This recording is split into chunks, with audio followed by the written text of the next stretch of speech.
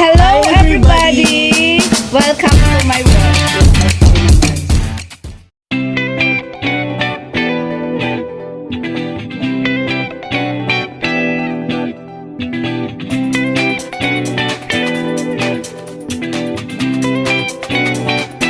Magluluto kami ngayon ng spaghetti, guys.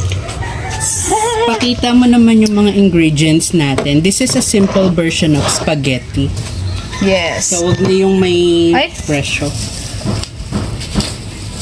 Tatanggalin lang natin yung price. So, the first one would be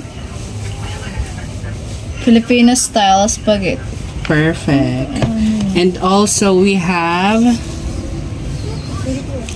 corned beef and condensed. And also, we have here hot dogs and bawang and sibuyas. Hindi siya maano yung mga ganun. What? Hello everybody! At yun nga, vinoise over ko na lang dito kasi sobrang ingay talaga sa bahay. At dito, binoil ko na yung pasta. Ipapacheck ko sa maganda kong best friend kung luto na.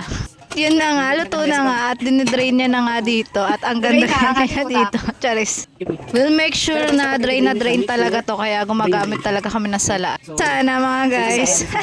Yun na nga, after namin madrain, lalagyan namin ng malamig na tubig para hindi ma-overcook yung pasta guys. May oras kasi yung tubig. Ayan yung ingredients guys. So yummy. Ito na nga guys, magluluto na kami ng sauce. Piniprito niya yung hotdog. Frozen yung hotdog, kailangan natin itong prituhin talaga. Sana kayo din, prituhin yung hotdog. Guys, piniprito nyo rin ba yung mga hotdog? I love it. Okay. Okay, since na nagayat na ni Beth yung bawang and sibuyas and we have already prepared pasta, na-boiled na din niya to. And ito na yung hotdog, yung na-fried natin. Mag-sausating na tayo. So, parang ano lang kayo, magpili kayo kung anong una talaga guys. Comment down below, bawang or sibuyas. Pero para sa akin yung sibuyas. Pagkatapos nga nun guys, gigisahin na natin yung bawang sibuyas. Yes. Huwag nyo siyang gayahin, tingnan nyo sa ano. Medyo sunog yung bawang. Alam nyo guys, ang crave lang talaga ako sa spaghetti ngayon, kaya nagpaluto ako kay Bessie ko. Masarap to magluto guys.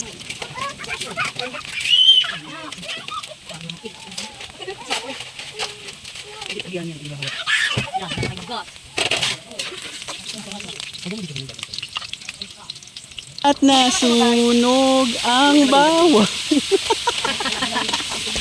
Diba guys? Kaya guys, ilalagay nyo na yung corned beef guys.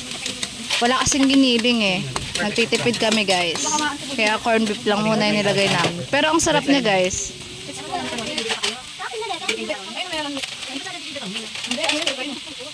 Ayun, continuous lang ng pagigisa hanggat maluto yung corned beef. Luin lang. Go lang ng go. Ayan guys, ilagay na dyan yung tomato sauce.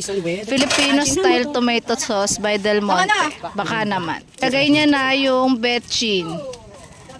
Mukhang naparami ata. Then, ilagay niya na yung paminta guys. And condense.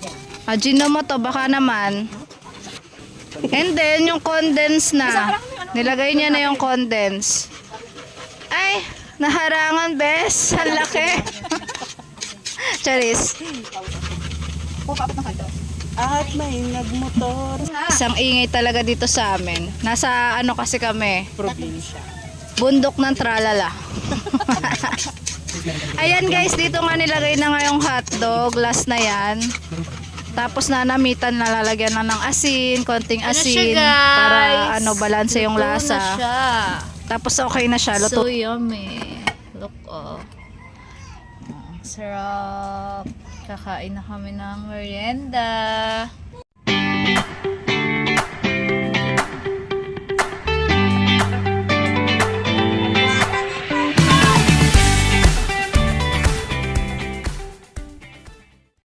Thank you for watching. Thank you for watching. Please like, share, Share, and and subscribe. Thank you.